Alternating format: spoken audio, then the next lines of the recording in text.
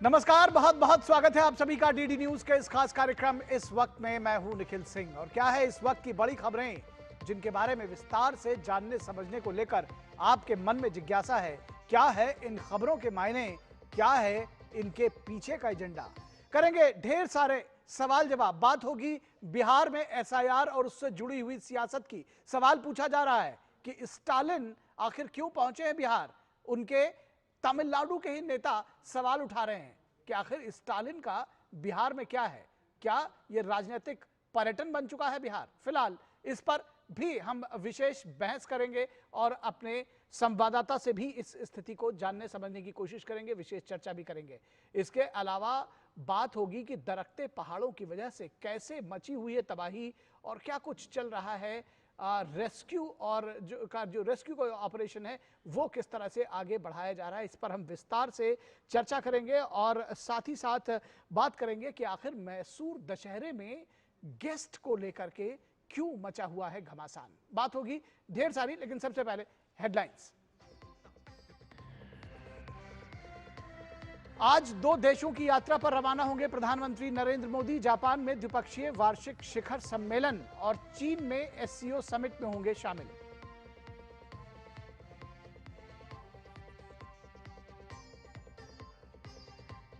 बिहार में एसआईआर को लेकर जारी है सियासत। स्टालिन के बिहार दौरे का डीएमके ने बनाया एजेंडा तो बीजेपी नेता अन्नामलाई ने उठाए सवाल। बताया परिवारवादी पार्टियों का गठजोड़।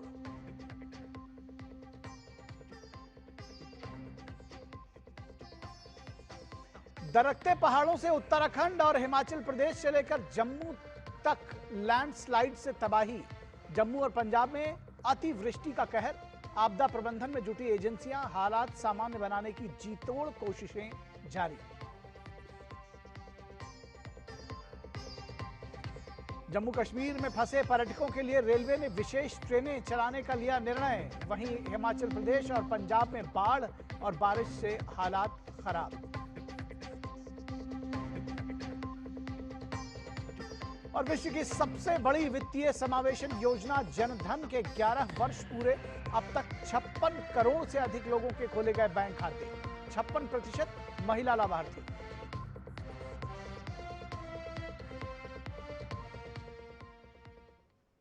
तो सबसे पहले बात करेंगे बिहार की सियासत की। किस तरह से राजनीतिक घमासान मचा हुआ है बिहार में और वोट अधिकार के बहाने जानकी मंदिर की यात्रा। आखिर क्यों पहुंचे हैं जानकी मंदिर नेता, इस पर भी हम बात करेंगे। एसआईआर पर छिड़ी बहस का राजनीतिक दायरा बढ़ाते हुए राहुल गांधी आज सीतामढ़ी के भव्य जानकी मंदिर में दर्शन करने पहुंचे। कहा गया था कि राहुल गांधी तेजस्वी के साथ अखिलेश यादव भी सीतामढ़ी की यात्रा में शिरकत करेंगे, लेकिन अखिलेश यादव नहीं गए। यात्रा के 12वें दिन राहुल गांधी और तेजस्वी माता जानकी का आशीर्वाद लेने इस ऐतिहासिक मंदिर में पहुंचे। कांग्रेस नेत्री अलका लांबा कहती हैं कि भगवान राम ने अयोध्या में कांग्रेस का साथ दिया था, अब बिहार में जानकी का आशीर्वाद मिलेगा। पूर्व कांग्रेस नेता आचार्य प्रमोद कृष्णम ने कहा कि राम मंदिर के निमंत्रण को ठुकराओगे और जानकी मंदिर जाओगे, इस पाखंड से जीत नहीं पाओगे। लेकिन अखिलेश यादव इस आशीर्वाद से किन्हीं कारणों से वंचित रह गए। सत्ता की सियासत में हिंदू को अपनी सुविधा के हिसाब से हिंसक कहा जाता है। कभी सबके राम हो जाते हैं। लेकिन डीएमके नेता कनिमोई का ट्वीट बिहार से तमिलनाडु की सियासत में काफी चर्चा में है। वोट अधिकार यात्रा में सीएम स्टालिन के बिहार दौरे की तारीफ करते हुए डीएमके सांसद कनिमोजी ने एक्स पर ट्वीट किया। उन्होंने लिखा कि राहुल, तेजस्वी और स्टालिन के फोटो उन्होंने शेयर किया और लिखा कि लोकतंत्र के 3 रक्षक और भविष्य के भारत बनाने में अखिलेश इस तस्वीर में छूट गए। बिहार में इस तरह से कुछ लोगों को बाहर से लाकर एस्टैब्लिश करने के लिए भी सवाल उठाए जा रहे हैं। बीजेपी नेता अन्नामलाई ने जवाब दिया कि असंगत राजवंश, परिवारवादी पार्टियों ने अपने राजवंश चलाने का एक असंगत गठजोड़ ढूंढा है। तो क्या एसआईआर का अभियान इन परिवारवादी पार्टियों को के राजनीति को कमजोर करता है। बिहार में चुनावी ऐलान से पहले इंडी गठबंधन की सियासी एकता का प्रदर्शन बिहार में हो रहा है। राहुल गांधी के वोट अधिकार यात्रा में गठबंधन के दिग्गज उतरकर एसआईआर को बड़ा सियासी मुद्दा बनाने की जीतोड़ कोशिश कर रहे हैं। तेजस्वी यादव कहते हैं कि वोट अधिकार यात्रा का कुनबा बड़ा हो रहा है, लेकिन बीजेपी का सवाल है कि परिवारवादी पार्टी मतदाता पुनरीक्षण से घबराई क्यों है? एसआईआर से किसे डर है? किसका वोट कट रहा है? क्या 21 लाख मृतकों का वोटर लिस्ट में नाम बरकरार रखना चाहिए? जानकार मानते हैं कि सपा नेता अखिलेश यादव को उतारकर महागठबंधन एम-वाई समीकरण को और पुख्ता करना चाहता है। बड़ा सवाल यह है कि बिहार में ओवैसी की पार्टी की बड़ी ललक कांग्रेस, सपा और राजद के लिए खतरे की घंटी है, तो अखिलेश का यात्रा में शामिल होना यह भी संदेश हो सकता है। और सवाल यह भी उठेगा कि मतदाता पुनरीक्षण कार्यक्रम का कुछ ही दिन शेष रह गए हैं। इंडी गठबंधन के 1,60,000 बीएलए अगर प्रतिदिन 10 शिकायतें दर्ज करते तो कितने लोगों को तथाकथित वोट चोरी से राहत मिल जाती? लेकिन चुनाव आयोग के कैंप पर सन्नाटा है।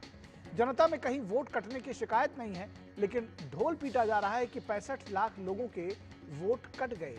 किसके कटे, कोई उत्तर नहीं दे रहा है।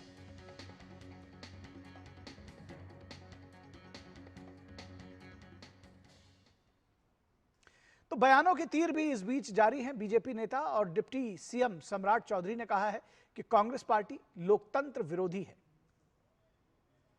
जनता सब देख रही है, बिहार में कोई मुद्दा एसआईआर नहीं है।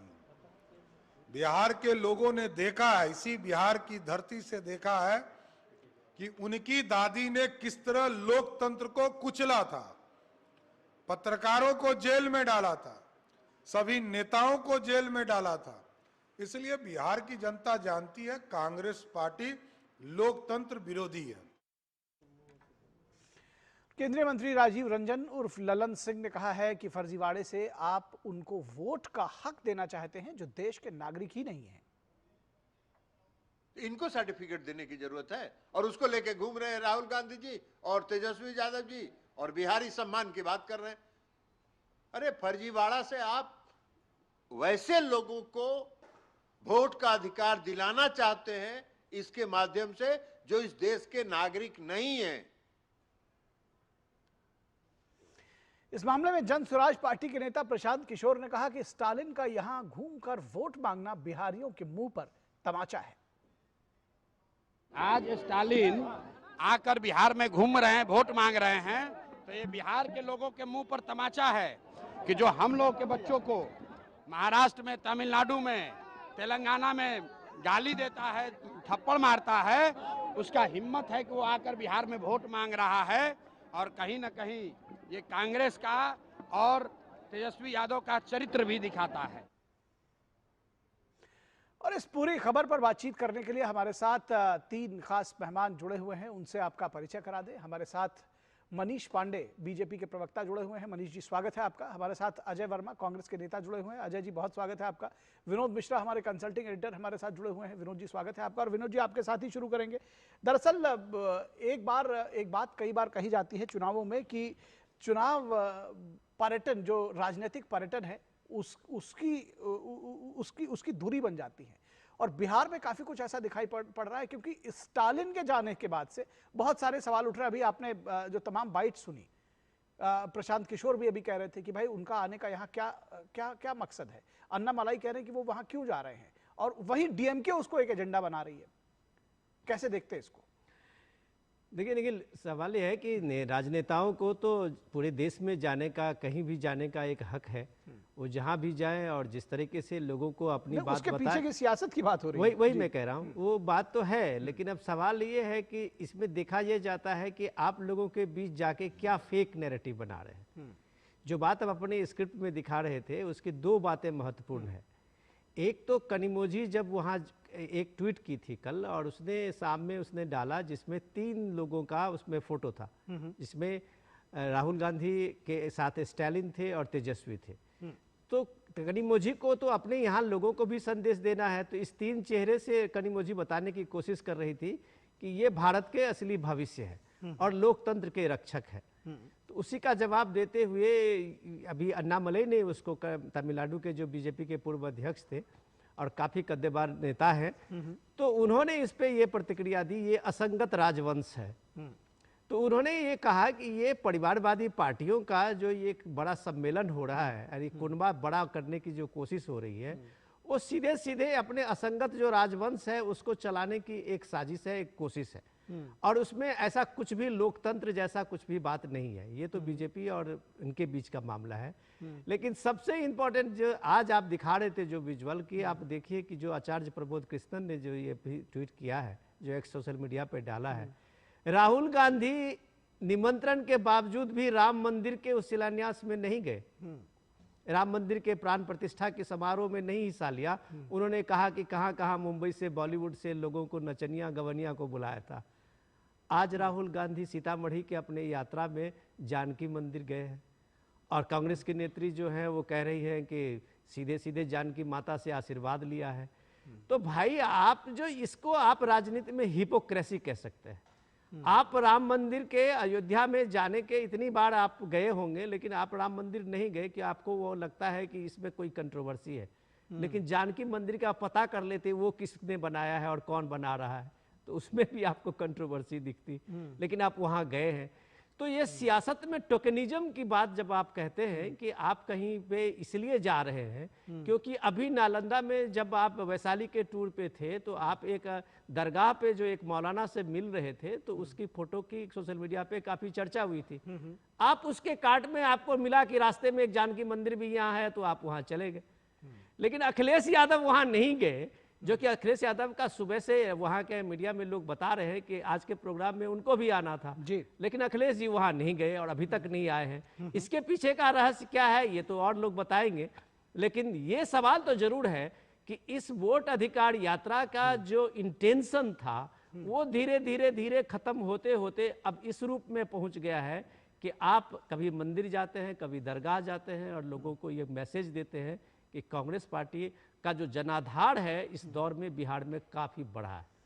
ठीक बात है। कनिमोई ने जो ट्वीट किया है उसमें तेजस्वी यादव को, राहुल गांधी को और स्टालिन को रखा है, इसलिए तो नहीं नाराज हो गया अखिलेश यादव। खैर बढ़ते हैं आगे। बहुत सारे सवालों के जवाब हैं अजय वर्मा जी आपको जो देने हैं। दरअसल सबसे बड़ी बात तो यह है कि जो ये कहा गया कि भाई जो ऐसे लोग जो बाहर, यानी कि बाहर के प्रदेशों में, साउथ इंडिया में खास तौर पर और महाराष्ट्र में बिहारियों को, उत्तर भारत के लोगों को गाली देते हैं, मारते पीटते हैं, हिंदी के खिलाफ आंदोलन चलाते हैं, वो आकर वोट मांग रहे हैं, मंच साझा कर रहे हैं। तो ये भी एक सवाल उठाया गया। दूसरा ये भी सवाल उठाया गया कि आखिर राजनीतिक सुविधा के अनुसार मंदिरों के दर्शन क्यों? देखिए, सबसे पहले आपके सवाल का जवाब, स्टालिन तमिलनाडु के मुख्यमंत्री हैं जहां 3 लाख से ज्यादा मंदिर, ना कि महाराष्ट्र के मुख्यमंत्री। महाराष्ट्र के मुख्यमंत्री डबल इंजन की सरकार के और इन्हीं द्वारा भाषा का विवाद उनके नाम, उनके हिस्से जुड़ा हुआ है अजय जी। अब बार-बार मुझसे आप सवाल पूछते रहेंगे तो मेरा सुन तो लीजिए, फिर पूछ लेना। आपने बताया ना, मैंने कहा भाषा का विवाद उनसे जुड़ा हुआ है, मैं जस्ट आपको रिमाइंड कराया मैंने जी। देखिए, पता नहीं अडानी का विवाद किससे जुड़ा हुआ है, अंबानी का विवाद किससे जुड़ा हुआ है, SIR का विवाद है। तो विवाद तो सबके साथ राजनीतियों का गहना है, विवाद होगा जुड़ता, कोई किसी के साथ किसी चीज का जुड़ता है। देखिए, भारतीय जनता पार्टी का एक देशलाई गैंग, एक पोस्टर गैंग, एक अफवाह गैंग, उनका काम ये है अभी कि उसको बस अपनी तरह से प्रचारित और प्रसारित करो। बड़ी अच्छी बात है, क्योंकि इनका एजेंडा है, इनका विंडेटा है, पॉलिटिकल एजेंडा, इसे चलाइए। हम राम मंदिर जा रहे हैं तो मुसीबत, नहीं जा रहे हैं तो मुसीबत, जानकी मंदिर जा रहे हैं तो मुसीबत, नहीं जा रहे हैं तो मुसीबत सीतामढ़ी में। हमको समस्या ये है कि आप अपनी रणनीति तय कर लीजिए, हमें अपनी रणनीति तय कर लीजिए। भारत का संविधान, बाबा साहब का संविधान, मोदी जी का संविधान नहीं, अडानी का संविधान नहीं, हमें यह आजादी देता है कि हम अपनी पार्टी की अपनी रणनीति, अपने तौर, अपने तरीके भारत के संविधान अनुसार से किस तरह से तय करें। अब आप तय करेंगे कि हम कहाँ जाएं, कहाँ ना जाएं, कब आए, कब जाएं, तो भाई आप, अच्छा है, आप करते रहिए। अब हमारे गठबंधन का सवाल है। पूरे देश को पता लग गया कि किस तरह से वोट, किसी 10 वोट किसी के घर में 4 होती थी तो वहां 104, कहीं 50 थी तो वहां 203। जब सबूत दे दिए गए और चुनाव आयोग की भाषा शैली लिखी हुई कहीं से आती है और पढ़ वो देते हैं। अब अभी आप एक आचार्य जी का, तथाकथित आचार्य जी का सुना रहे थे, वो हम जानते हैं। उनके पास भी भाजपा से, उनके पास भी, अभी तक वो आप ही के नेता थे तथाकथित, पहले आपके उनके पास भी उनके पास भी भाजपा से लिखी हुई एक वो पुरानी सड़ी गली CD आ जाती है कि साहब उस जगह चले जाना, उस जगह नहीं जाना, उस जगह। वो अपनी भाषा उन पर कुछ नहीं है, क्योंकि उन्हें अपना नहीं, मंदिर आपने चुनाव आयोग की बात की, आपको करा रहे लगेगा हैं। मैं बीच में बोल रहा हूं, लेकिन जब आप सड़ी गली पुरानी सीडी पुरानी टेप्स की बात करेंगे तो उसमें जो पुराने चुनाव आयुक्त हैं उनके भी जो स्टेटमेंट्स हैं राजीव गांधी को लेकर के, और इस तरह की बहुत सारी एक लंबी फहरिस्त निकल कर आएगी, ये भी याद रखिएगा। मैंने तो उन महाराज जी के लिए अभी इस्तेमाल करा भी चुनाव आयोग के लिए, तो मैंने कुछ कहे नहीं, अब कहने जा रहा हूँ, उसको भी सुन लीजिए और उसे लिखित कर लीजिए। चुनाव आयोग देश की सरकार के साथ मिलकर किस तरह से वोट चोरी का कार्यक्रम कर रहा है, ये मैं नहीं कह रहा, पूरा देश, पूरा बिहार, देश के 70% से ज्यादा लोग कह रहे हैं और उसको जस्टिफाइड और कर रहे हैं कि बिहार की जनता बताएगी आपको 70% और 30% से। और इन्हों के मैंने बताया ना, एक देशलाई गैंग, एक इनका माचिस गैंग, इनका एक पोस्टर गैंग, जिसमें कुछ डिप्टी सीएम, कुछ सीएम, कुछ पूर्व सीएम, कुछ पूर्व मंत्री, कुछ मंत्री भाजपा के लगे हुए हैं। उनका टारगेट ये है, बस अपोजिशन मुद्दों की बात मत करिए, ट्रंप को मत धमकाइए, चाइना को मत धमकाइए, उसे लाल आंख मत दिखाइए, देश और इंटरनेट की सब बात छोड़ के केवल बिहार चुनाव जैसे 7 स्टेट जीते इन्होंने, अब इसकी जांच होगी, इसका निकलेगा। तो कायदे में जब कोई वोट आपने 2003 के बाद मेरा एक क्वेश्चन है, आप बुद्धिजीवी आदमी और आपके सहयोगी साहब एक बैठे हैं, हम उनको नमन करते हैं, वो भी बुद्धिजीवी आदमी है और भाजपा के भी बैठे हैं, एक सवाल का जवाब दे दीजिए, फिर आप आगे और लोगों से पूछ लेना। 2003 में SIR नहीं हुआ था, IR हुआ था। ज्ञानेश कुमार जी ने ये झूठ बोला।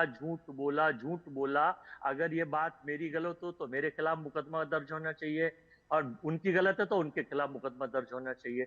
सुप्रीम कोर्ट में योगेंद्र यादव ने कहा कि 2003 में IR हुआ था, ना कि SIR, और ज्ञानेश जी ने वही लिखी हुई CD पढ़ दी कि SIR हुआ। अच्छा चलिए मान लीजिए हमने इनके कहने से SIR हुआ। 2003 से लेकर 2025 दोनों की प्रक्रिया में कुछ फर्क था क्या, SIR और IR में? हाँ, SIR स्पेशल है और वो केवल IR है। तो फर्क क्या था, ये थोड़ा दर्शकों को ये भी बताते चलेंगे, अच्छा रहेगा। अब मैं ये बताने जा रहा हूँ, 2003 के बाद और 2025 तक आपने चुनाव आयोग ने एक भी ये नहीं बताया कि कितना वोटर जो उस वक्त 17-18 साल का था, जो होने जा रहा था, और 23 साल बाद 22 साल बाद एक भी वोट आपने बढ़ा हुआ नहीं, मैं ये पूछ रहा हूँ कि IR और SIR जो आपने बताया, उसके बीच में क्या अंतर क्या है? क्या सिर्फ नाम का अंतर है या कोई प्रक्रियागत अंतर है जो बताया? जी, स्पेशल इन्वेस्टिगेशन डिवीजन और इन्वेस्टिगेशन डिवीजन, विशेष जांच अभियान, सुन लीजिए। हाँ, इंटेंसिव, तो सुन लीजिए, आपको मैं ये बताना चाह रहा हूं कि 2003 से लेके 25 तक कोई भी युवा वोटर आपने नहीं बढ़ाया, ना बताया कितना। हाँ, 22 लाख मार और दिए कि साहब 22 लाख कर दिए, 65 लाख। अब ये शोर मचा रही थी डिप्टी सीएम पे और आप सब लोग भी कि साहब 65 लाख, हम शोर नहीं मचा रहे, 65 लाख की जो फिगर दी है वो चुनाव आयोग ने दी है। ठीक है, अच्छा, ठीक है, जवाब ले लेते हैं। फाइनल कर रहा हूँ, फाइनल। महिलाएं कभी बाहर काम करने नहीं जाती बिहार में। आपने सबसे ज्यादा महिलाओं की संख्या कि वो बाहर पलायन कर गई है, उनको कर दिया है, तो सीधी वोट चोरी की दिख रही है। तो ये सब बातें सुप्रीम कोर्ट में क्यों नहीं देते हैं? ये सब बातें सुप्रीम कोर्ट में क्यों नहीं देते हैं? वोट चोर गद्दी छोड़े, नहीं, ये सब बातें अब सुप्रीम कोर्ट में क्यों नहीं देते? हमने दी हुई है सर। और सुनो, कोर्ट तो खटाखट खारिज कर दे रहा आपकी बातों को, सुन रहा इसलिए अभी भरोसा इसलिए नहीं है कि जस्टिस, अभी एक राज्यसभा बनने जा रहे हैं अभी हाई कोर्ट के जस्टिस, डिग्री के ऊपर। देश की सरकार हर चीज में हर जगह से डिग्री मांगते हैं। आप क्या इंटरव्यू डिग्री मांगेंगे, और यहाँ कह रहे हैं सबकी व्यक्तिगत निजता का हनन है, डिग्री नहीं दिखाएंगे हम। क्या बात है, डिग्री हो जब तो दिखाए। एंटायर पॉलिटिकल साइंस, बहुत बढ़िया, बहुत सारा सवाल ले आए हैं बीजेपी। अच्छा, लेकिन उसके बावजूद आपने ये नहीं बताया, कि SIR और IR में अंतर क्या? आपने कहा कि मैं मुकदमा कायम करा दें मेरे ऊपर सब कुछ, लेकिन आपने ये नहीं बताया कि दोनों में केवल सिर्फ नाम का फर्क है या प्रक्रिया में भी कोई अंतर है। ये भी एक नया झांसा है, एक बात। दूसरी बात, आपने जिस तरह से कहा, आपने कहा कि पूरे बिहार में एक आंधी चल रही है, सब लोग कह रहे हैं कि वोट चोरी हो रहा है, और यानी कि अगर इसके बाद अगर आप चुनाव हार जाएंगे, मान लीजिए, अब मैं वैसे ये नहीं कह रहा, हो सकता है आप लोग जीत जाए, हारे कौन वो तो जनता तय करेगी, तो आपके पास एक बहाना पहले से तैयार है। क्या बहाना? यही कि आप ये कह रहे हैं कि भाई अभी आपने घोषित कर दिया कि आपकी आंधी चल रही है, 70% लोग सब कह रहे हैं कि भाई साहब वोट चोरी हो गया, लेकिन अगर वोट चोरी नहीं हुआ ये तो जनता तय करेगी ना। चलिए, ये बहाना नहीं है, फैक्ट्स हैं। ठीक है, तो इसका मतलब फिर तो आप तो पहले ही बाहर हो चुके हैं, आप सुप्रीम कोर्ट का रुख करिए। नहीं, वही तो बात कर रहे हैं आप वही बात कर रहे हैं। चलिए, कोई बात नहीं, ये लोग समझ रहे जो सवाल है। मनीष जी बहुत सारे सवाल इन्होंने उठाए आपके ऊपर सीधे तौर पर। क्योंकि वो चुनाव आयोग से हैं, तो अब जब वोट चोर कहते हैं तो आप ही के ऊपर आते हैं। ये कह रहे हैं कि भाई बिहार में सभी लोग इस बात को मान के चल रहे हैं और पूरे देश में मान रहे हैं कि आप लोग मिल करके वोट चोरी कराते हैं। देखिए ऐसा है, डिबेट के काफी समय निकल गए, मुझे लगता है शायद मेरे हिस्से कितना समय आएगा नहीं, मुझे आप नहीं बोलिए पता। बोलिए बोलिए। लेकिन ये जो वोट चोर गद्दी छोड़ ये जो नारा लगा रहा है, ये एक्चुअली कांग्रेस की समस्या या विपक्ष की समस्या ये है कि विपक्ष अपने आप को अपडेट नहीं कर पा रहे। ये वोट चोर गद्दी छोड़ तो 2014 में जनता ने लागू कर दिया था, और यही परिणाम है कि जो लोग वोट चोर थे उन लोगों को गद्दी से बाहर कर दिया देश में। अब वोट चोर कैसे थे, अभी आपने सुनाया ना कि जब चीफ सेक्रेटरी थे टीएन शेषन, उनका वीडियो आज की तारीख में है, उन्होंने क्या कहा था, राजीव गांधी जी ने चुनाव आयोग को क्या निर्देश दिए थे, इसी के सामने है। और इतना ही नहीं है, हम सभी लोगों ने देखा, मैं जिस बिहार के जिस क्षेत्र से आता हूं, मैं आपको बताऊं, जॉर्ज फर्नांडिस, मधुलू में जैसे लोग उस समय में जब पूरी जनता उनके समर्थन में उमड़ चुकी थी, तब उनको हरा के भेज दिया गया था, और जॉर्ज फर्नांडिस नम आंखों से काउंटिंग हॉल से बाहर निकले थे। बिहार वो मंजर देखा है। 90 के दशक के बाद क्या हुआ था, सवर्ण तो कम से कम अपनी बूथ बचा लेते थे, सवर्ण जो थे वह तो अपनी बूथ बचा लेते थे, लेकिन वोट चोरी किसका किया जाता था, वोट लूटा किसका जाता था, दलित का, पिछड़ों का, जो गरीब होते थे, जो लड़ नहीं सकते थे, जो मुंह में आवाज नहीं था, जिनके अंदर ताकत नहीं थी। 90 से लेकर 2005 तक उनके वोटों को लूटा गया, बिहार ने देखा है। तो आज जो वोटर है वो तो आज बूथों तक जाता है, ईवीएम में अपना बटन दबाता है और शान से जिसको वोट देना चाहता है उसको देकर बाहर निकलता है। उसके वोटों की चोरी आज बिहार में नहीं होती। यही वजह है कि बिहार का एक एक जनता, आप देखेंगे पूरे इस प्रक्रिया में लगभग 60 दिनों की प्रक्रिया होने वाली है। इस प्रक्रिया में किसी भी जगह वोटर ने आंदोलन नहीं किया, कार्यकर्ताओं ने किया, राजनीतिक लोगों ने आंदोलन किए या विरोध किया या वो भी जो भी हुआ, लेकिन आम वोटर ने कहीं किसी जगह से, चूंकि आजादी के बाद से पहली बार टीएन सेशन के बाद जो बूथ में जो चुनाव में सुधार की प्रक्रिया शुरू हुई वह बदस्तूर आज तक जारी है। और आज की तारीख में एक एक वोटर जिसका अपना वोट है वह वोट डालता है। इसलिए इस आंदोलन का, इस यात्रा का बिहार में कोई फर्क नहीं पड़ रहा है। अब आपको मैं दूसरी बात बताता हूं। आज एक बहुत दुखद घटना घटी है दरभंगा में। इनके मंच से प्रधानमंत्री जी को मां की गाली दी गई और वहां नारा जो लगा वह नारा एक मुस्लिम नेता का नारा लगा। मैं बड़े दुख के साथ यह कहना चाहता हूं कि यह यात्रा किसके लिए शुरू की गई है, इस यात्रा में जुड़ कौन से लोग रह रहे हैं, इस यात्रा में शामिल कौन से लोग हो रहे हैं, यह कांग्रेस के लोगों को बताना पड़ेगा। और मां की गाली देने का काम, जिस प्रकार से एक तथाकथित मुस्लिम नेता का नारा लगाते हुए जिस प्रकार से उसका वीडियो विजुअल शामिल है, उसके लिए पश्चाताप करना पड़ेगा कांग्रेस की पार्टी को। यह बात ध्यान ले, क्योंकि बिहार के लोग प्रधानमंत्री जी का अपमान कभी बर्दाश्त नहीं कर सकते, यह ध्यान में रखिएगा। और आप किसको इस्तेमाल कर रहे हैं, इस्तेमाल किसका कर रहे हैं, जिसने सनातन को गाली दी।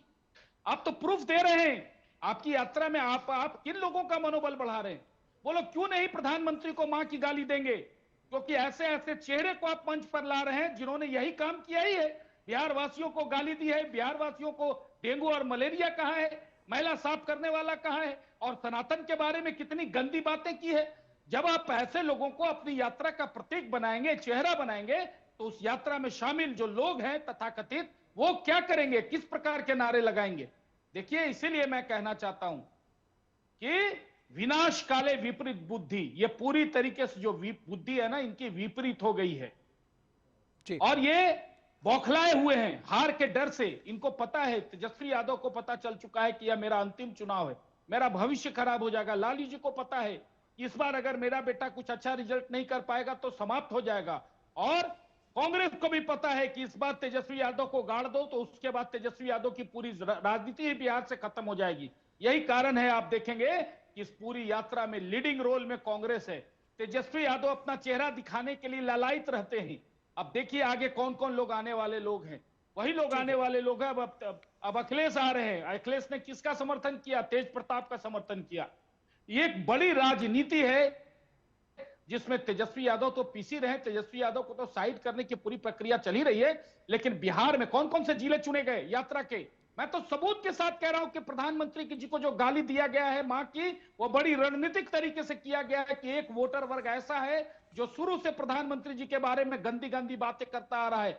वही उन्हीं क्षेत्रों से यह यात्रा को गुजारा गया, उन्हीं क्षेत्रों के लोगों को के बीच से ये यात्राएं गुजरी और वही भीड़ इकट्ठा हुआ इस यात्रा में। लेकिन बिहार की जनता यह जानती है और पूरा देश जानता है कि जब जब प्रधानमंत्री जी को अपमानित करने का काम किया है, बिहार की जनता की 4 सीटें जीत जाती है आरजेडी तो चुनाव आयोग खराब नहीं होता, कि 4 सीटें जीत जाती है आरजेडी तो चुनाव आयोग खराब नहीं होता। वायनाड से राहुल गांधी जीत जाते हैं, अमेठी से स्मृति ईरानी हार जाती है तो चुनाव आयोग खराब नहीं होता है। लेकिन आज वोटों की चोरी हो रही है, वोट चोर हो रहा है। अरे वोट चोर गद्दी छोड़ तो जनता ने 2014 में प्रूफ कर दिया, और जब जो ये वोट चोर हैं, ये वोट चोर को अब दोबारा जनता गद्दी देने वाली नहीं है। मैं ये आपके चैनल के माध्यम से मैसेज दे देता हूं। ठीक है मनीष जी, मुझे एक ब्रेक पे जाना है। ब्रेक के बाद आऊंगा अजय वर्मा जी। बहुत सारे सवाल हैं जिनके जवाब देने, और इस पर शायद कोई भी राजी ना हो कि जो अपशब्दों का प्रयोग और वो भी इस तरह से गाली गलौज पर उतरना,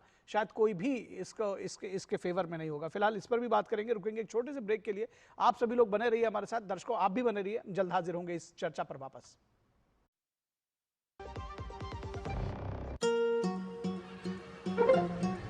जनधन बैंक खाता ना होता तो यूपीआई ना होता, यूपीआई ना होता तो आज इतनी आसानी से व्यापार नहीं हो रहा होता, व्यापार नहीं होता तो मेरा घर संसार बसा नहीं होता। जनधन बैंक खाता ना होता तो बैठे बैठे पैसा गांव नहीं भेज पाते, गांव पैसा नहीं भेज पाते तो खुद जाना पड़ता, खुद जाते तो रिक्शा बंद रहता, रिक्शा बंद रहता तो भाई हमारी सवारी कोई और ले जाता। 11 साल में 56 करोड़ से अधिक जनधन बैंक खाते खुले हैं, जिनमें से 67% खाते गांव कस्बों में खुले हैं। गरीबों ने इसमें 2,60,000 करोड़ रुपए डिपॉजिट किए हैं। बैंक खाता नहीं, ये है स्वाभिमान। पीएम जनधन योजना के 11 साल।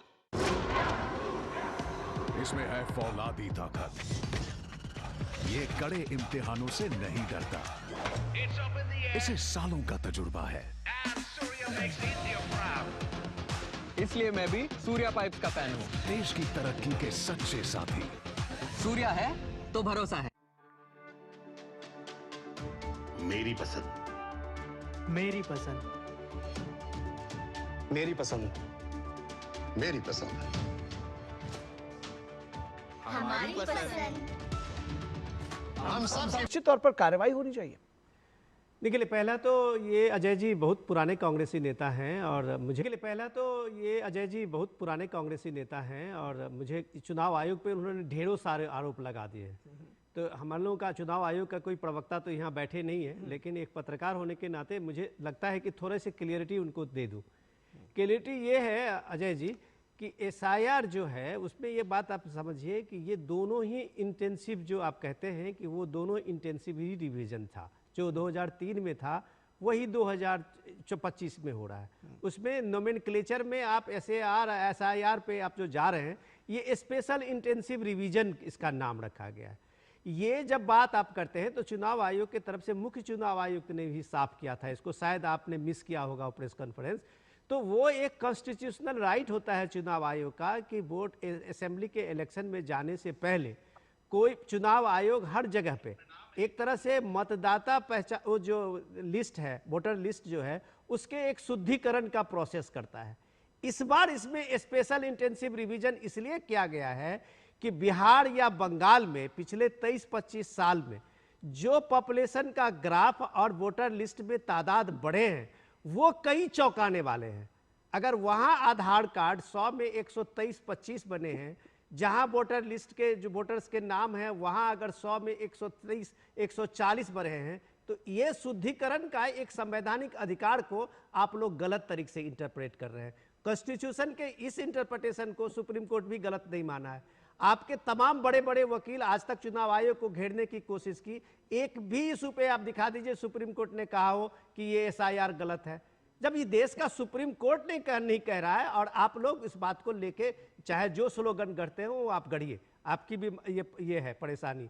लेकिन देश के लोग जानते हैं, इस संवैधानिक महत्व को भी जानते हैं और संवैधानिक दायित्व को भी जानते हैं। रही बात कि जो बात अभी निखिल ने पूछा है, क्या राहुल गांधी का कल पीएम मोदी को लेके जो तुम तराक की भाषा थी, क्या वो एक संयोग था या प्रयोग था जो दरभंगा में आज बता रहे हैं मनीष जी, जो सीधे सीधे पीएम की मां के नाम से गाली देना स्टेज से, जिसपे राहुल गांधी और तेजस्वी यादव खड़े बैठे विनोद जी हो, रोकना चाहूंगा, तो क्या आपको लगता है कि ये साजिश नहीं है? और विनोद आपके जी, बड़े नेता कोई किसी विनोद ने जी, अभी तक विनोद जी, एक माफी प्रेस नहीं मांगी है कॉन्फ्रेंस पर इसके लिए? आप सभी को रोकना चाहेंगे, एक प्रेस मेरा कॉन्फ्रेंस विनम्र बीजेपी की आ रही निवेदन आदरणीय संबित जी से है, आपको संबोधित करें। धन्यवाद माननीय संजय जी, और आप सभी पत्रकार बंधुओं का भी बहुत बहुत धन्यवाद एवं आप सभी को नमस्कार। जैसा कि अभी संजय जी ने बताया, जिस प्रकार से एक यात्रा चल रही है बिहार में, और उस यात्रा में जिस प्रकार की भाषा का प्रयोग हो रहा है, बड़े दुख के साथ इस प्रेस कॉन्फ्रेंस को मैं संबोधित कर रहा हूं। दुख के साथ इसलिए क्योंकि स्वाभाविक है, लोकतंत्र में एक मर्यादा होता है। लोकतंत्र में मुझे याद आता है सुषमा जी की वो बातें, जब उन्होंने सदन में कहा था कि हम शत्रु नहीं हैं, हम विरोधी हैं, विचारधारा के विरोधी हैं, हम शत्रु नहीं हैं। और किस प्रकार की भाषा का प्रयोग हमारे नेता करते रहे हैं, ये हमने देखा है। और आज जब भाषा की मर्यादा तार तार हो रही है, आज जब माननीय प्रधानमंत्री जी और प्रधानमंत्री जी की 100 वर्ष की मां, जो आज हमारे बीच में नहीं है, जिनका लगभग 100 वर्ष की आयु में स्वर्गारोहण हुआ, उनके ऊपर जिस प्रकार की कटुता, जिस प्रकार की अश्लीलता और जिस प्रकार की भाषा का प्रयोग किया गया है, मुझे लगता है शर्मसार आज उस पार्टी को होना चाहिए जो पार्टी कभी अपने आप को भारत में स्वतंत्रता संग्राम से जोड़ती थी। वह पार्टी जो अपने आप को स्वतंत्रता संग्राम से जोड़ती थी, वो गांधी जी की पार्टी थी। और आज जो स्वतंत्रता संग्राम से अपने आप को तथाकथित रूप से जोड़ती है, मगर आज गाली वाली पार्टी बन गई है, वो महात्मा गांधी जी की पार्टी नहीं है, वह तथाकथित नकली गांधी परिवार की पार्टी है, जिनमें एक सेंस ऑफ एंटाइटलमेंट है, कूट कूट कर जिनमें अहंकार भरा हुआ है, जिनको लगता है कि भारतवर्ष उन्हीं का है। और अगर भारतवर्ष में राजनीतिक गद्दी उनको नहीं मिलती है, वो दूसरों को कह रहे ना, गद्दी छोड़, हम आके बैठेंगे। अगर राजनीतिक गद्दी उन्हें नहीं मिलती है, तो वो कुछ दिनों के बाद उस व्यक्ति को जो लोकतांत्रिक रूप से चुन के आता है, मुझे कष्ट हो रहा है, उसे मां की गाली भी हम दे सकते हैं। बिहार की जनता है, जहां से चाणक्य हुए, जहां से बुद्ध हुए, जहां से भाषा की प्रवाह बही है, जहां से ज्ञान और संस्कृति की प्रवाह बही है, वह बिहार की जनता इस प्रकार की भाषा को देख रही है, उसे परख रही है और उसका जवाब भी देगी। और इसका जनक कोई है तो वो राहुल गांधी है। दरभंगा की रैली से, मंच पर से जिस प्रकार से प्रधानमंत्री के मां के लिए कहा गया और प्रधानमंत्री जी के लिए कहा गया, उससे ठीक पूर्व राहुल गांधी जी के भाषण को आप सुनिए, उसका विश्लेषण करिए। लगभग 5-7 दिनों से राहुल गांधी जो भाषण दे रहे हैं, उस भाषण में प्रधानमंत्री को तू कह के संबोधित करते हैं। तू युद्ध बंद कर दे, 24 घंटे का समय दिया गया है, नहीं तो तुझे छुड़ा नहीं जाएगा, तुझे हम देख लेंगे। राहुल गांधी माननीय प्रधानमंत्री 140 करोड़ जनता के प्रधानमंत्री है। खिसियानी बिल्ली चाहे कितना भी खंबा नोच ले, याद रखिए, मर्यादा एक ऐसा विषय है जिसे भारतवर्ष पसंद करता है, और अमर्यादित भाषा और अभद्र भाषा को भारतवर्ष पसंद नहीं करता है। खेद के साथ कहना पड़ रहा है, यह पहली बार नहीं हुआ है। इस बार सदन के सत्र में मैं भी वहां मौजूद था, दुख हो रहा था।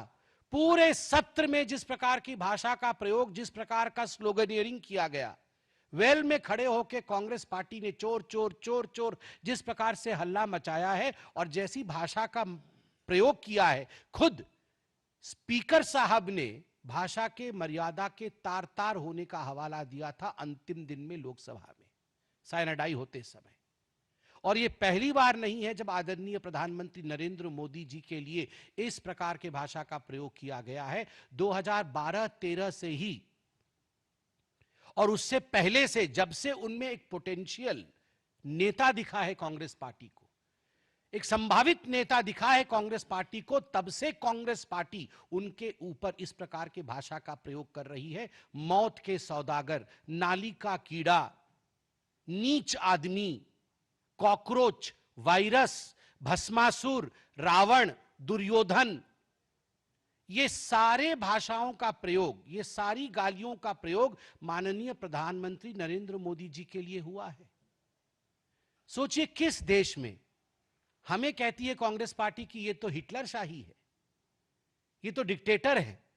किस देश में, पूरे विश्व के किस देश में, जो लोकतांत्रिक देश है, किस देश में उनके राष्ट्राध्यक्ष के लिए इस प्रकार की भाषा का प्रयोग किया जाता है? नीच, नाली का कीड़ा, कॉकरोच, वायरस, मौत का सौदागर, किस देश में होता है?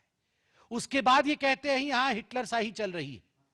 आप सोचिए, अगर इतना गाली देने के बाद इन्हें लगता है ये हिटलर शाही है, तो यदि इनको लोकतंत्र दिया जाए, सही मायने में जो इनके हिसाब से लोकतंत्र है, तो केवल मारना ही बाकी रह जाएगा। और एक बार तो इन्होंने नारा दिया था, मोदी मर जा तू, मोदी मर जा तू। यह भी नारा दिया था एयरपोर्ट में बैठ के, मुझे याद है कुछ नेताओं ने इनके। मुझे तो आज बिल्कुल कोई परहेज नहीं है कहने में कि राहुल गांधी, मणिशंकर अय्यर और संजय राउत में कोई फर्क नहीं है। ये इंडिया अलायंस के गठबंधन के कुछ नेताओं के बीच में कंपटीशन चल रहा है। राहुल गांधी संजय राउत बन सकते हैं या नहीं, वो उस प्रतिस्पर्धा में है। And Rahul Gandhi himself is the new Manishankar Iyer of the Congress party. Congress party के मणिशंकर अय्यर के युग समाप्ति के पश्चात कोई मणिशंकर अय्यर की आवश्यकता थी, उस रिक्त स्थान को भरने का काम खुद राहुल गांधी ने कर दिया है। और आज जो गाली की राजनीति है वो केवल प्रधानमंत्री तक सीमित हो, ऐसा नहीं है। हमारे सभी संवैधानिक संस्थाओं का, मैं एक बहुत larger, I am talking in larger picture, a larger sense. Just look into the situation in the country today. In a democratic country like India, no constitutional authority has been spared by the so-called opposition of this country. You have dragged the Supreme Court to the streets where you have alleged the judges of the Supreme Court. You have brought the issues of Supreme Court to the streets and you are debating them. You are showing biasness in the judgment of Supreme Court. This is literally nothing but an assault on the Supreme Court. In the yesteryears, you have called the army chief सड़क का गुंडा. कुछ वर्षों पहले आपने army chief को सड़क का गुंडा कहा था. Every day the election commission has to pass one kind of Agni Pariksha because there is some kind of unfounded allegation which does not find any place in the place where it should be placed, in the place where it should be complained. But on the streets, you allege some kind of fraud against every constitutional authority of India. Election commission को भी आप चोर कहते हैं. प्रधानमंत्री को चोर कहना, इलेक्शन कमीशन को चोर कहना, सुप्रीम कोर्ट के खिलाफ कहना, ईवीएम को चोर कहना, सीबीआई, ईडी इत्यादि जितने संस्थाएं हैं सबको चोर कहना, सब चोर हैं। और जो बेल पे बाहर है वही ठीक है, बाकी सब खराब है। एक जमाना था जब कही जाती थी, इनका खुद का नारा था, गली गली कांग्रेस है। आज गाली वाली कांग्रेस है।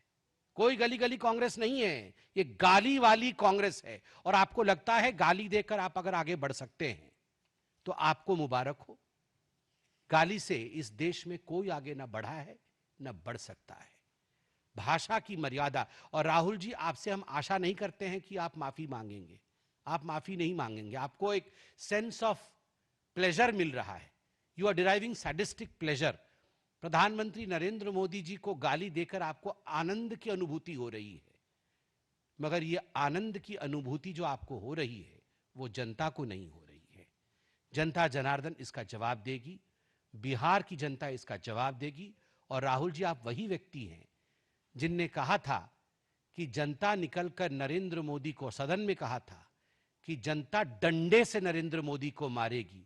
और मोदी जी वही नेता है जो मुस्कुराते हुए, जिन्होंने खड़े होकर उसी सदन में राहुल गांधी जी की तरफ देखते हुए कहा था कि लोग कहते हैं कि मुझे लोग डंडे से मारेंगे, कोई बात नहीं, मैं अपने सूर्य नमस्कार की संख्या बढ़ा दूंगा ताकि मेरे कमर में वो शक्ति आए कि अगर डंडा भी खाना पड़े तो कमर ना टूटे। ये होता है नेता। तो इसलिए राहुल जी आपने एक राह चुना है, मोदी जी ने मर्यादा का राह चुना है। जीत तो हमेशा मर्यादा की ही होती है। बहुत बहुत धन्यवाद। आपके प्रश्न सादर आमंत्रित हैं।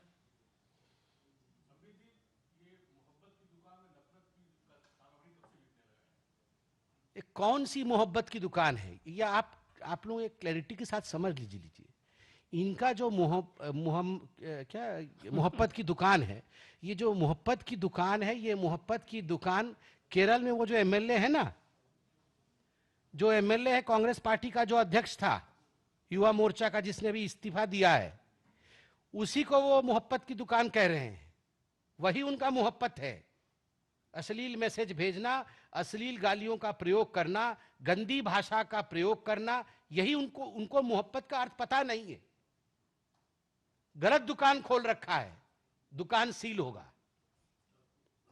हाँ शैलेंद्र।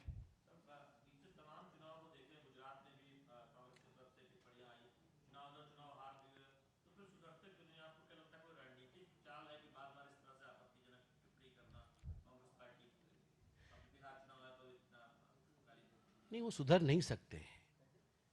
कैसे सुधर जाएंगे? आप एक बात हमेशा याद रखिए, और मैं बहुत सीरियसली बोल रहा हूं, आप इनके नेचर को स्टडी करिए।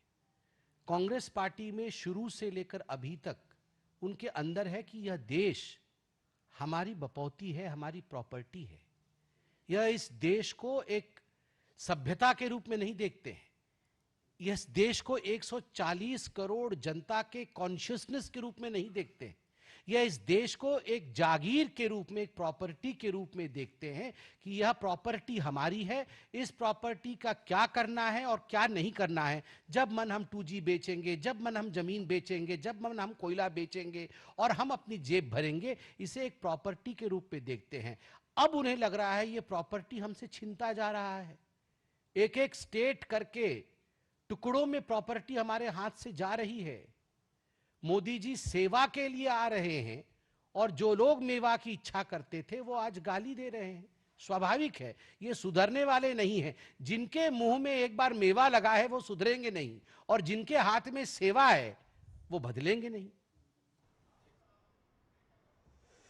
तो आप देख रहे थे सीधा प्रसारण, जिसमें बीजेपी के प्रवक्ता संबित पात्रा ने सीधे सवाल उठाए। जो बिहार में विपक्षी दलों की जनसभाएं रही हैं, उसमें प्रधानमंत्री को अभद्र भाषा ही नहीं बल्कि सीधे तौर पर गाली दी गई, और उस पर उन्होंने प्रश्न उठाया है। राहुल गांधी की मौजूदगी की भी बात कही है, और कहा है कि इस तरह के लोगों को जनता ज़रूर जवाब देगी। फिलहाल रुकेंगे एक छोटे से ब्रेक के लिए। ब्रेक के बाद जब वापस आएंगे तो चर्चा होगी दरकते पहाड़ों के प्रकोप से आखिर ये तबाही क्यों है।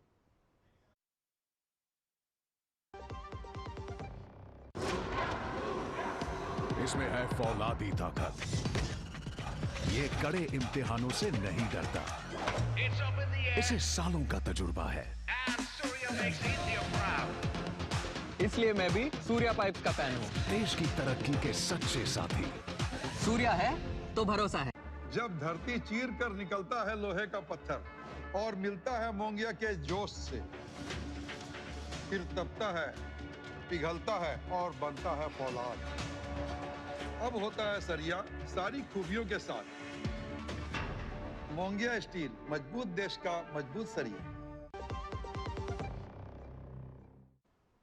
ब्रेक के बाद एक बार फिर आप सभी का स्वागत है। और इन दिनों अगर सबसे चिंता का विषय है जिसको देश के लोग देख रहे हैं, वो है दरकते हुए पहाड़, और उसके बाद जो तमाम तबाही का मंजर है उसको लेकर के लोग बहुत चिंतित भी हैं। और जिस तरह की तस्वीरें हम लगातार अपने मीडिया में और टेलीविज़न पर देख रहे हैं, सोशल मीडिया पर देख रहे हैं, वो बहुत निराश भी करती हैं, चिंतित भी करती हैं।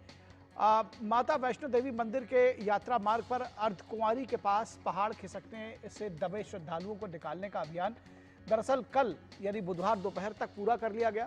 ट्रैक और मां वैष्णो देवी भवन को खाली करा लिया गया है। आपदा में कुल 34 श्रद्धालुओं की मौत हुई और करीब 22 श्रद्धालु घायल हैं। माता वैष्णो देवी यात्रा अस्थायी रूप से अभी भी रुकी हुई है। मार्ग को साफ करने और उसे ठीक करने की कोशिशें जारी हैं। वहीं तवी नदी में बढ़ता जलस्तर और तेज बहाव भी परेशानी का कारण बना हुआ है। प्रशासन के मुताबिक ये कदम लोगों की सुरक्षा के लिए उठाया गया है। वहीं माता वैष्णो देवी की यात्रा पर आए श्रद्धालु चिंतित और दर्शन न कर पाने से मायूस हैं। बड़ी संख्या में श्रद्धालु बिना दर्शन के वापस लौट रहे हैं।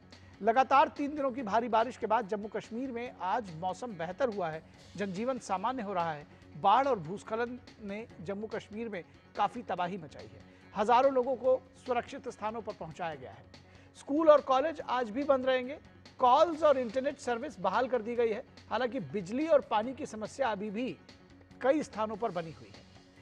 हिमाचल प्रदेश में भारी बारिश का प्रकोप जारी है, जिससे नदी नाले उफान पर हैं और लोगों का जनजीवन अस्त व्यस्त हो गया है। कुल्लू जिले में व्यास नदी उफान पर होने से चंडीगढ़ मनाली राजमार्ग का एक हिस्सा बह गया है। मौसम विभाग ने आज हमीरपुर, ऊना, सिरमौर और शिमला के कुछ इलाकों में भारी बारिश होने का अंदेशा जताया है, जबकि अन्य जिलों में मौसम सामान्य रहने की उम्मीद है। हिमाचल प्रदेश के कांगड़ा में भारी बारिश और पौंग बांध से छोड़े गए पानी ने बड़ी भारी तबाही मचाई है। खासकर इंदौरा और मंड क्षेत्र में बाढ़ जैसे हालात बने हुए हैं, जहां कई गांव पानी में डूब गए हैं। एनडीआरएफ और स्थानीय प्रशासन ने मिलकर अब तक करीब 800 फंसे हुए लोगों को सुरक्षित स्थान पर पहुंचाया है। कांगड़ा जिले में व्यास नदी पर बंधे पोंग बांध में जलस्तर खतरे के निशान से ज्यादा ऊपर चला गया है, जिसके बाद बांध से 1,10,000 क्यूसेक पानी छोड़ने का फैसला लिया गया है। इस फैसले का असर 17 पंचायतों के 80 गांव पर पड़ सकता है, जिन्हें खाली कराने का आदेश दिया जा चुका है। कुल्लू, मनाली और चंबा जिलों में अधिकांश हिस्सों में भूस्खलन की घटनाएं कुदरत के कहर की गवाही दे रही हैं। कई क्षेत्रों में मोबाइल नेटवर्क सेवा पूरी तरह से ठीक नहीं हो पाई है और बिजली पानी की आपूर्ति ठप है। हिमाचल प्रदेश के कांगड़ा में भारी बारिश और बाढ़ जैसे हालात के बीच राहत की खबर भी सामने आई है। बीती रात व्यास नदी का जलस्तर बढ़ने से इंदौरा स्थित निजी यूनिवर्सिटी का परिसर डूब गया था। सूचना मिलने पर एनडीआरएफ की टीम ने मौके पर पहुंची और 427 लोगों को सुरक्षित बाहर निकाला है। पंजाब में सतलज, व्यास और रावी जैसी नदियां उफान पर हैं, जिससे कई जिलों में भारी बाढ़ आ गई है। पठानकोट, गुरदासपुर, फाजिलका, होशियारपुर, कपूरथला, फिरोजपुर, तरन तारन के कई गांव बाढ़ से प्रभावित हैं। भारतीय वायुसेना और एनडीआरएफ का बचाव अभियान जारी है। पठानकोट में सेना ने बाढ़ में फंसे 46 लोगों को निकाला है और 750 किलोग्राम से अधिक राहत सामग्री पहुंचाई है। डेरा बाबा नानक में एक अहम ऑपरेशन में वायुसेना ने बाढ़ प्रभावित क्षेत्र से 38 सैन्यकर्मियों और बीएसएफ के 10 जवानों को सुरक्षित रूप से बाहर निकाला है। तो निश्चित तौर पर आप देख रहे हैं कि ये पहाड़ जिस तरह से दरक रहे हैं वो चिंता का विषय है। तो इस पर हम लाइव अपडेट्स भी लेंगे। हमारे साथ हमारे संवाददाता ज्योति जुड़ी हुई हैं और उसके साथ ही साथ हम इस पर लाइव अपडेट्स के लिए हमारे साथ हमारे और भी दूसरे संवाददाता जुड़े हुए हैं और साथ ही साथ सुरुचि भटवाल जी जुड़ी हुई है, जो कि डायरेक्टर हैं क्लाइमेट चेंज की टेरी की। सबसे पहले मैं ज्योति आपके पास आऊं और ये जानने समझने की कोशिश करूं कि क्या अपडेट है, किस तरह से राहत और बचाव कार्य चलाए जा रहे हैं। माफ़ कीजिएगा, ज्योति नहीं, प्रियंका, मैं स्क्रीन पर देख पा रहा हूं।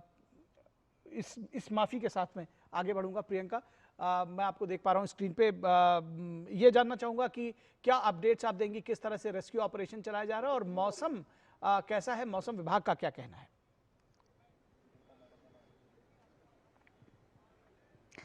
हिमाचल में मौसम में जो है मानसून का जो कहर है वो जारी है। हालांकि बारिश 2 दिनों से जो है हल्की पड़ी है, कुछ एक क्षेत्रों में हल्की हल्की बारिश जो है वो दर्ज की जा रही है, लेकिन दुश्वारियां जो है वो बनी हुई है।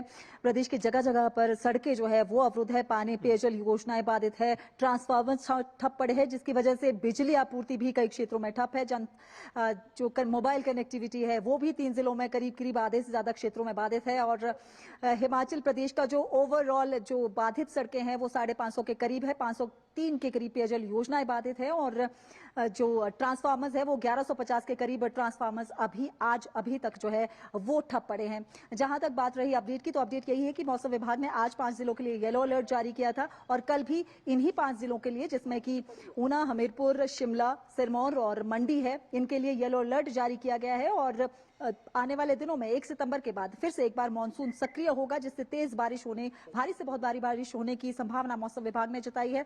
और जो बात पौंग डैम पर जो बना, जहां पर आज 1 लाख क्यूसेक पानी छोड़ा जाना था, क्योंकि जलस्तर जो है व्यास का काफी ज्यादा बढ़ गया था, लेकिन अब जो है वहां पर पानी की जो छोड़े जाने की क्षमता वो कम की गई है, क्योंकि बहुत ज्यादा पानी छोड़ने जाने की वजह से आगे जो प्लेन के क्षेत्र है वहां पर जलस्तर बहुत ज्यादा बढ़ जाता है। उसकी वजह से जो वो वहां पर क्षेत्र है उनको काफी ज्यादा नुकसान हो रहा है, जिसकी वजह से जो है आर्मी यूनिवर्सिटी के बच्चों को भी पिछले कल रेस्क्यू किया गया था। 450 के करीब ये बच्चे थे और उसके अलावा स्थानीय लोग भी थे। कुल मिलाकर 800 लोगों को वहां से रेस्क्यू किया गया था। आज ये डिसीजन लिया गया है प्रशासन की तरफ से कि ये 94,000 के करीब पानी जो है ये वहां से छोड़ा जाएगा पोंग डैम से, ताकि जो वॉल है रिटेनिंग वॉल वो पहले ही जो है उसकी स्थिति कुछ ठीक नहीं है, नाजुक हालात में, उसको स्ट्रॉन्ग करने की कोशिश पिछले कल से लगातार प्रशासन द्वारा की जा रही है और आज शाम तक उसके लिए प्रशासन ने कोशिश की है और अब देर शाम को जो है ये पानी छोड़ा जाना है। इसके अलावा जो नेशनल हाईवे है मंडी कुल्लू और अपडेट्स के लिए हम आपके पास कटोला जो है वो वैकल्पिक मार्ग को बहाल किया गया है, जिसमें 1-1 घंटे के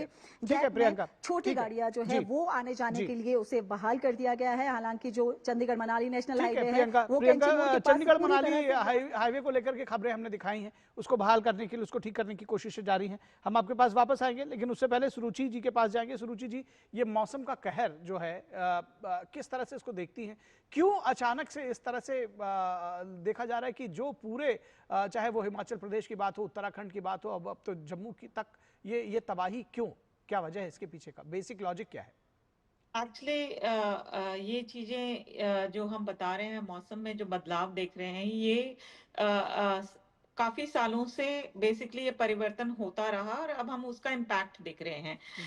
हम लोग जलवायु परिवर्तन के बारे में बात करते आए हैं पिछले 20, 25, 30 साल से कि ये बिल्ड हो रहा है धीरे से, और अगर ये बिल्ड हो जाएगा और कंसंट्रेशन लेवल्स जो हैं गैसेस की इतनी लेवल पे पहुंच जाएंगी, जो ग्रीन हाउस गैसेस की, कि वो इम्पैक्ट करने लगेंगी।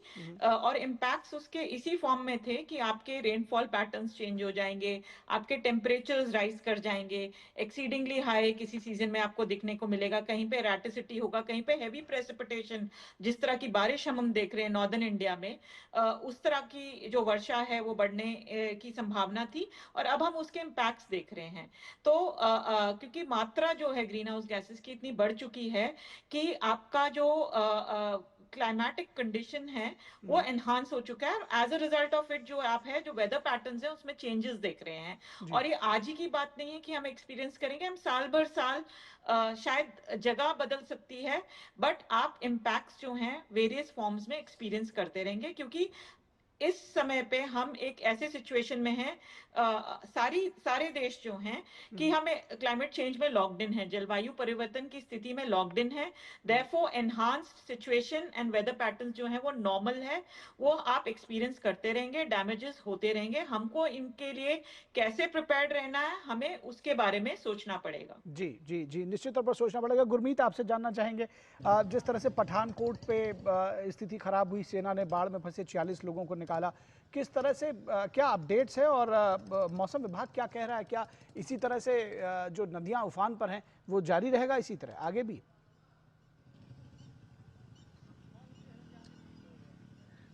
देखिए, फिलहाल निखिल, सबसे पहले हम अपने दर्शकों को बताना चाहेंगे कि पंजाब में जो बॉर्डर एरियाज हैं उनमें ज्यादातर बाढ़ के लेकर स्थिति खराब हुई है और फाजिल्का से लेकर पठानकोट, जिस तरह आप कह रहे हैं, फिरोजपुर और गुरदासपुर में सबसे ज्यादा हालात खराब हैं। और गुरदासपुर के डेरा बाबा नानक इलाके में हम मौजूद हैं। यहाँ पर एक पूरी बेल्ट है गांवों की जिसमें कि पानी सीधे आकर घुस गया है। अमृतसर में कल तक 3 गांव प्रभावित हुए थे और उसके बाद आज जो है 30 गांव लगभग बताए जा रहे हैं जिनमें पानी पहुंचा है। और ये पानी जब अलग अलग डैमों की तरफ से छोड़ा गया तो उसके बाद ये पानी सीधे तौर पर इन गांवों में पहुंच रहा है। सबसे पहले तस्वीर मैं आपको अपने पीछे की दिखाना चाहूंगा। आज सुबह तकरीबन 9, साढ़े 9 बजे यहाँ पर खेत दिखाई दे रहे थे और पानी बिल्कुल ना के बराबर था, और अब आप देख लीजिए तकरीबन 5 फुट, 5.5 फुट ये पानी खेतों में भर चुका है। फसलें इस गांव की पूरी तरह से नष्ट हो चुकी हैं। और एक दूसरी तस्वीर यहां पर दिखाना चाहूंगा। ये सामने रेलवे ट्रैक बना हुआ है जो कि कुछ ऊंचाई पर बना हुआ है। गांव वालों का ये कहना है कि जो पानी आएगा, क्योंकि अगले कुछ घंटों में जो लोकल लोग हैं उनका ये कहना है कि ये पानी का स्तर लगातार बढ़ रहा है। रात तक हो सकता है कि पानी का स्तर बिल्कुल सबमर्ज कर दे सड़कों को भी और सड़क के ऊपर पानी बहने लगे, गांव में घरों तक पानी पहुंचेगा। ये जो रेलवे ट्रैक है ये ऊपर बना हुआ है और इस रेलवे ट्रैक में बताया ये जा रहा है कि यहाँ पे पानी रुकेगा और पानी को हॉल्ट मिलने के कारण यहाँ पर पानी तेजी से बढ़ेगा जब पीछे से प्रेशर आएगा। 1 बजे पोंग डैम से पानी छोड़ा गया है।